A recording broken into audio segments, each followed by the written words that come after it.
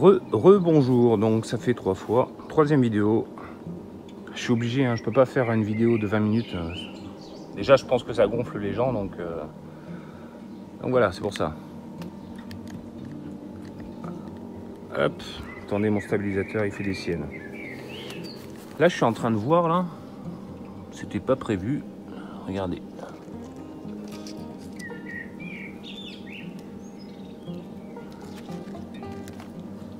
Première capucine qui arrive. Elle est vachement en avance là. Voilà. Donc ici, là, donc c'est un putain de nid à limaces là. Donc évasion droit tous les soirs et tous les matins. J'ai repiqué mes maïs. Donc là on est sur le glace gemme. Donc il y en a 8 en tout. Là il y en a 6 plus 2 là-bas. Après on a du popcorn fraise. Donc j'en ai 7 il me semble. Et par contre j'ai 3 sucrés Rustler. 1, 2, 3.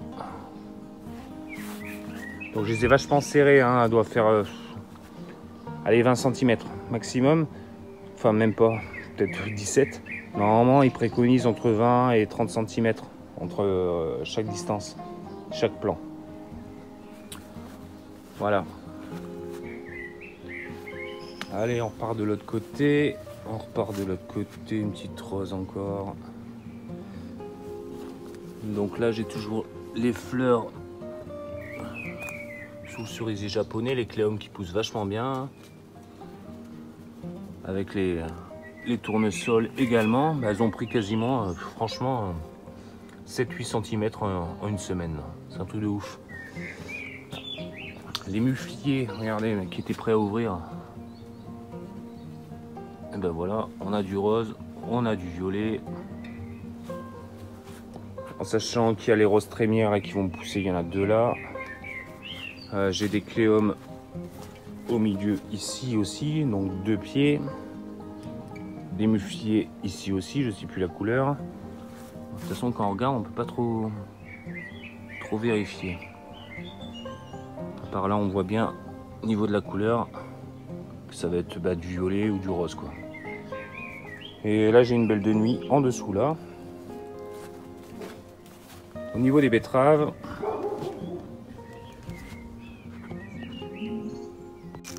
voilà, donc elles ont bien commencé à pousser, hein. Donc les Kyogia,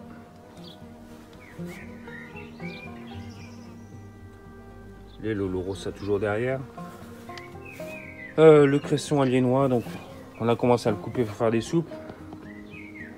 Vous mettez 2 bottes, franchement, 2 bottes comme ça, avec 4 patates, un oignon, une échalote, dans 1 litre d'eau, 1,5 litre et c'est bon, nickel. Goûtez-moi ça et c'est magnifique. Est-ce que quelqu'un peut m'orienter par rapport à ça? Il n'y a rien, il n'y a pas de puceron, il n'y a que dalle. Comme celle-là, hein, elles blanchissent. Donc je sais pas. J'ai pas eu le cas sur mes anciennes de l'année dernière, donc je sais pas.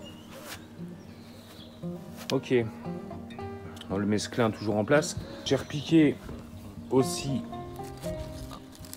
de la gloire du Dauphiné là. Toujours avec mes capsules de marc de café. Voilà, c'est biodégradable, hein. C'est pas de la... Voilà, c'est biodégradable. Hop. Les arômes, encore magnifiques. La menthe, encore plus. Là, on arrive sur la vigne que j'ai commencé à tailler au vert. Donc là, on voit bien les grappes. Oui, parce que moi, je suis plus en confinement, en fait. J'ai arrêté le confinement la semaine dernière. Je suis ouvrier viticole actuellement dans les vignes. Donc, on fait tout ce qui est mondage, mouchage, palissage. Donc, au moins, ça m'apprend chez moi. Donc voilà, quand on coupe la dernière tige, tac, on le fait juste avant une grappe de raisin qu'il y a ici. et on enlève l'entrecœur qu'il y a au milieu. C'est comme un gourmand en fait, c'est comme les tomates, hein, si vous voulez. Voilà, après je suis pas professionnel en la matière, donc je vais pas vous faire un cours dessus. Hop, je sais pas si on voit bien les clématites. Elles sont magnifiques. Clématites violettes là. Elles sont magnifiques. Ok, alors ben là, nouvelle chose, voilà, on y arrive. J'avais dit que je voulais agrandir hein, mon coin de parking là qui sert à rien. Parce que, voilà, quand on voit tout, il y a plus de 150 mètres carrés de terrasse. Gravillonné et pour moi ça sert à rien du tout. Donc là j'ai commencé à... Voilà, donc j'ai fait des bacs, si vous voulez. On va être court. 1m20 sur 1m25. Parce que quand vous coupez, quand vous regardez en fait ici, ben, c'est pas la même distance que là ou là. Donc c'est même pas un carré, c'est un rectangle. Donc ça fait 1m20 en longueur, 1m25. Là on est sur du 24 cm, donc 12 x 2. Donc c'est des lattes de terrasse que j'ai mises. Je vais essayer de vous montrer quelques photos. Et voilà, donc celui-là, au début je ne savais pas si je mettais un voile géotextile en dessous, mais en fait non, j'ai pris un coup de croc, hein, tout simplement. Et bon, c'est de la terre de remblai, c'est mélangé à du sable, gravier, machin. Donc je laisse. Et au moins, bah, je sais qu'il y a plein de verre en dessous, parce que j'avais mis une planche et il y avait plein de verre de terre dessous. Enfin, une planche, ici, là. Quand vous voyez la bâche, il y a plein de verre en dessous. Donc pour moi, c'est vivant. Donc celui-là, je ne l'ai pas fait. Là, j'ai juste mis de la terre du bassin qui est là. Ah, attendez, excusez-moi. Ici. Voilà. Et là, c'est le seul que j'ai rempli. Donc c'est celui-là. Pour l'instant. Donc là, j'ai mis les choux. Donc voilà, on a de l'écarlate, on a du cabule blanc première, on a du romanesco ici. Celui-là c'est lequel? Ça doit être du calvaire celui-là. Calvaire. J'ai remis encore des laitues gloire du Dauphiné au milieu. Là c'est du noir de Toscane. Et du Milan gros des vertus ici. Voilà, c'est les 6 variétés que j'ai mises en fait ici. Donc les salades au milieu et le reste autour. Et là c'est mon futur bac que je vais refaire ici. Donc là c'est toutes les poirées que j'ai broyées. Là, si vous regardez, hein, c'est vraiment... Je l'ai passé au broyeur, hein. J'aurais pu le passer à la tondeuse, mais...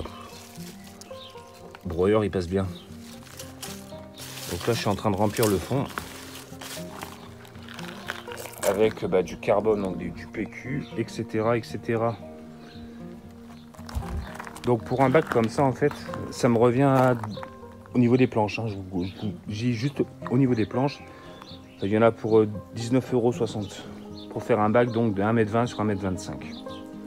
Je compte pas les poteaux que on m'a donné. Et le voile géotextile que j'ai depuis 3 ans. Ensuite, j'ai mis donc pareil quand j'ai creusé pour le bac, le bassin là-bas.